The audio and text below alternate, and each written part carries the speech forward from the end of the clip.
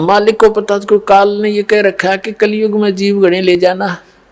परमात्मा को पता था कि सतयुग त्रेता द्वापर में ये गणे दुखी ना हो, और जब तक ये दुखी नहीं हो लेंगे इतना मुझे ये पहचान नहीं सकते।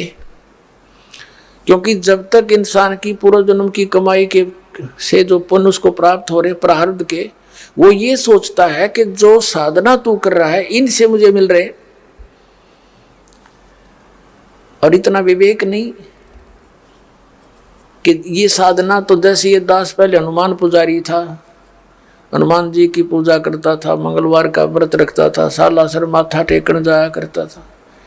बाबा श्याम जी की परंपरागत पूजा थी, राम कृष्ण राधे श्याम सीताराम जो भी मंत्र आ गया वो गमोड़ दिया करते थे, और सारे सुख होते जा रहे थे। संतान हुई, नौकरी मिल गई, पास हुए परीक्षा में, तो इन्हीं को क्रेडिट देते थे कि भगवान की दया से हो गया, श्याम जी की दया से हो गया, बाबा हनुमान ने मौज कर दी, श्री कृष्ण जी विष्णु जी की दया करते होगी, यानी सबको ही इसका आधार मानते थे। अब पता चला ये तो कुछ दे सकते ना ले सकते, ये कुछ नहीं कर सकते, हमारे प्रारब्ध में ये परिवर्तन कर ही नहीं सकते, ये हमें दे ही नहीं सकते जो हमारे भाग्य में नहीं है। तो मिल रहा था हमारे कर्म का, और शाबाशी मिल रही थी इन भगवानों को। तो त्रेता द्वापर सतयुग के अंदर परमात्मा को पता था ये पुण्यकर्मी प्राणी है, तो इनका पूर्व जन्म का पुण्य, जैसे अब आप भक्ति करोगे ये हजारों वर्ष चलेगी सत भक्ति इस पृथ्वी पर, जो पार हो गए उनकी तो कहानी खत्म होगी, यहाँ से जड़ निकल गई, और जो रह गए नहीं समझाए भक्ति कर गए और रह गए यहीं पर, तो वही फिर ऊपर स्वर्ग में सब जगह इनके पुण्य नाश करा के फिर सतयुग में पटकेगा तुम्हें। सतयुग में फिर ये गलत साधना करते रहोगे, फिर भी सुख होगा। आप सोचते हो हमें जो पूजाएं कर रहे हैं मौज माच रही है, समाधि भी जाती है ऊपर को, फिर त्रेता में, फिर द्वापर में, फिर कलयुग में आकर फिर पकड़ा जाओगे आप, क्योंकि जो साधना आप कर रहे हो वो तो गलत है।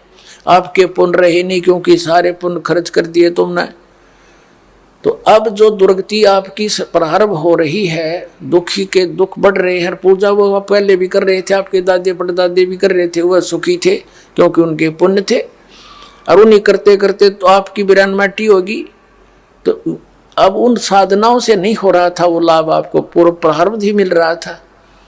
और अब परमात्मा कहते हैं कि मैं कलयुग में फिर वो भक्ति दूंगा, इनके रोज कांटे से निकलेंगे, रोज सुख होंगे, और वो उन साधनाओं को करके ये थक चुके होंगे, फिर मुझे पहचान लेंगे।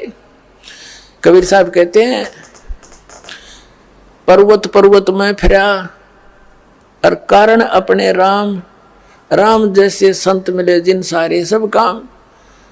तो कहने का भाव ये है दास का कि अब जो आप साधना कर रहे हो, आपको मर्यादा में रह के साधना करने से वो लाभ मिलेगा, आप सोच भी नहीं सकते, कि तो सुना भी नहीं होगा। फिर आप पहचान में आ जाएगी कौन है भगवान, वो कबीर परमात्मा है।